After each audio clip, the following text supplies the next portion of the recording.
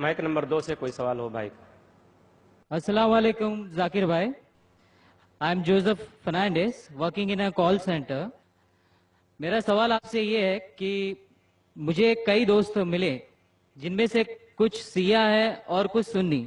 جیسے آپ نے کچھ دیر پہلے بتایا کہ جو انسان مانتا ہے کہ اللہ ایک ہے اور محمد علیہ السلام آخری پیغمبر ہیں تو میں مانتا ہوں اس بات کو. تو اگر میں یہ کہوں کہ میں مسلمان ہوں تو یہ جھوٹ نہیں ہے. لیکن مسلمان بننے کے بعد ایک نماز پڑھنا بہت ضروری ہوتا ہے اور کچھ طریقے ہیں جو دونوں ہی دوستوں نے مجھے بتائے لیکن ان کے طریقے الگ الگ ہیں. تو مجھے یہ سمجھ میں نہیں آیا کہ کس کا طریقہ میں اپناؤں کیونکہ دونوں ہی اپنے طریقوں کو صحیح سمجھتے ہیں. بھائی صاحب نے سوال کیا کہ اگر اللہ ایک ہے اس میں ماننا ہے اور محمد صلی اللہ علیہ وسلم پیغمبر ہے تو میں مانتا ہوں تو اس طریقے سے مسلمان ہوں میں. لیکن میرے دو دوست ایک شیعہ ایک سنی اور مسلمان بننے کے لیے نماز پڑھنا ضروری ہے تو کس طریقے سے نماز پڑھوں؟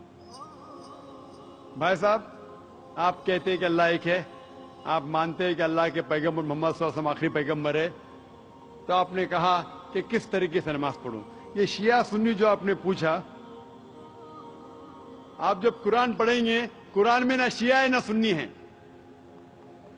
قرآن میں نہ شیعہ ہے نہ سنی ہے.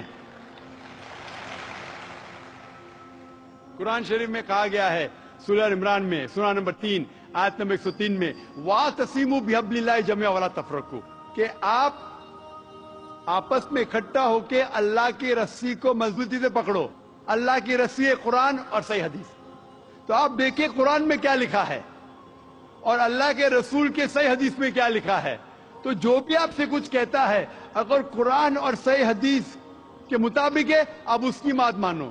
جو ذاکر کہتا ہے وہ بھی کچھ اہم نہیں اسلام میں, ذاکر اسلام میں زیرو ہے.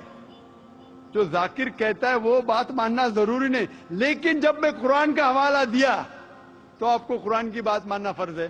جب میں صحیح حدیث کا حوالہ دیا تو آپ کو صحیح حدیث کی بات ماننا ضروری ہے.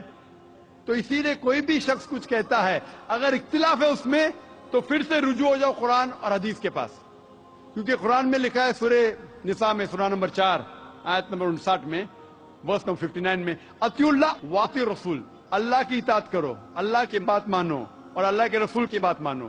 اور وہ لوگ those who have been charged with authority, جو اولو الامر ہے, وہ لوگ جو آپ کے امیر ہیں. لیکن اگر قرآن و حدیث کے پاس, اللہ اور اللہ کے رسول کے پاس, تو اگر دو شخص دو عالم کوئی بھی اگر اختلاف ہے آپ پھر سے مڑو اللہ اور اللہ کے رسول کے پاس, قرآن اور صحیح حدیث کے پاس. پھر دیکھو کہ کون سا دوست, کون سا مسلم, کون سا عالم, کون سا مولانا قرآن اور صحیح حدیث کے مطابق کہہ رہا ہے. آپ سمجھے؟ تو اس سے پتا چلے گا کہ کیا صحیح ہے. آپ بولتے ہیں کہ نماز پڑھنے کے طریقے میں اختلاف ہے. شروع میں کم از کم جو یکساں ہے وہ تو شروع کرو. اختلاف بہت تھوڑا ہے, نماز کے طریقے میں اختلاف بہت تھوڑا ہے, جو یکساں ہے وہ تو شروع کرو. اگر آپ مسلمان بننا چاہتے ہیں تو اتنا وقت کیوں لے رہے؟ خالی نام کے مسلمان ہونا ضروری نہیں ہے, وہ کوئی فائدہ نہیں. عملی طور پہ مانو کہ اللہ ایک ہے, اس کی عبادت کرو اور آخری رسول محمد صلی اللہ علیہ وسلم پہ ایمان لاؤ.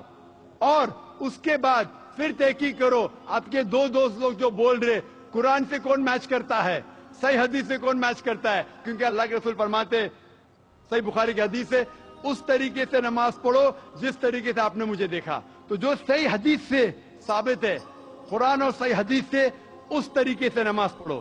لیکن اگر 19-20 فرق ہے, کم از کم جو یکساں ہے وہ تو شروع کرو. اختلافی باتوں پہ تحقیق کرو, انشاءاللہ پتہ لگ جائیں گا آپ کو کیا صحیح ہے. تو انشاءاللہ ابھی آپ صرف نام کے مسلمان مت نہ ہو, عملی طور کے اوپر مانو کہ اللہ ایک ہے اور اللہ کے رسول محمد صلی اللہ علیہ وسلم آخری پیغمبر ہے. Hope dancer the question.